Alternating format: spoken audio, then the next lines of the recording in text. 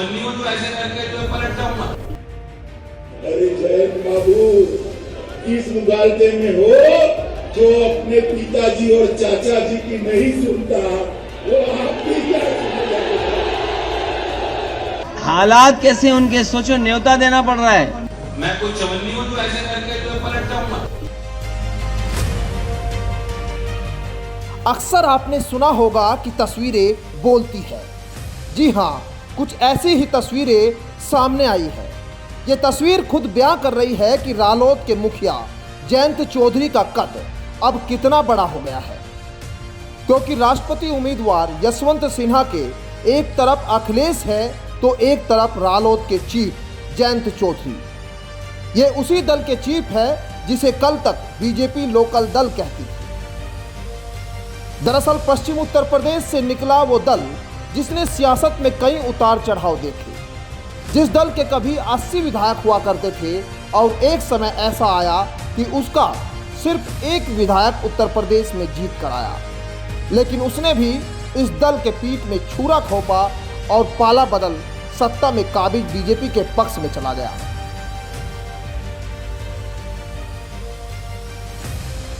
जिसके बाद इस दल के पास अपना कोई विधायक नहीं बचा और देखते ही देखते पार्टी अर्श से फर्श पर आ गई। जी हां, दल है राष्ट्रीय लोकदल। और आपको बता दें, उस वक्त पार्टी के मुखिया थे चौधरी अजीत सिंह,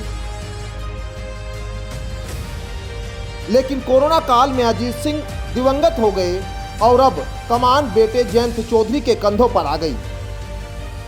जिसके बाद जयंत के तूफानी दौरे और किसान आंदोलन को समर्थन ने पार्टी में एक नई जान फूंक दी, जिसका असर ऐसा था कि देश की सत्ता में काबिज बीजेपी जयंत चौधरी पर डोरे डालने लगी। यहां तक कि खुद अमित शाह अपने साथ आने का न्योता देते नजर आए, लेकिन जयंत ने समझौते से इनकार कर दिया। उसका असर यह हुआ कि 2022 के विधानसभा चुनाव में जयंत के 8 विधायक जीतकर विधानसभा पहुंचे और जो विपक्षी दल लोकदल को लोकल दल कहा करते थे, उनकी जुबान पर ताले पड़ गए।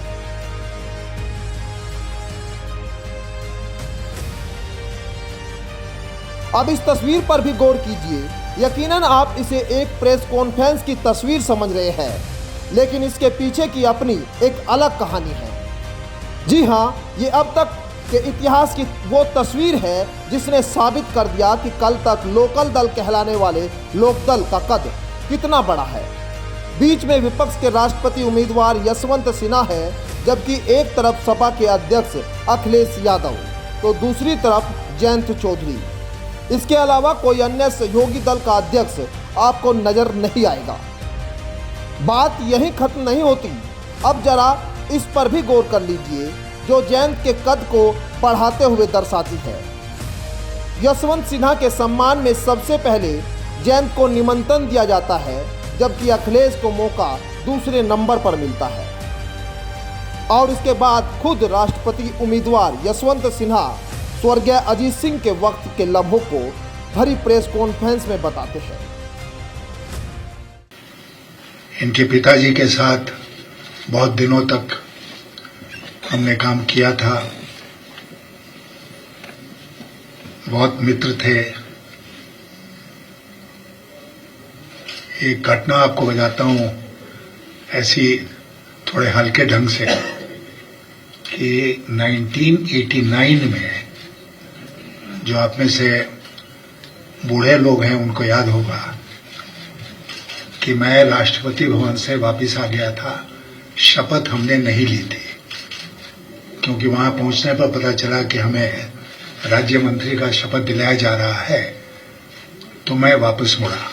तो जब वापस मुड़ा तो सबसे पहले कौन वहां पर मिला?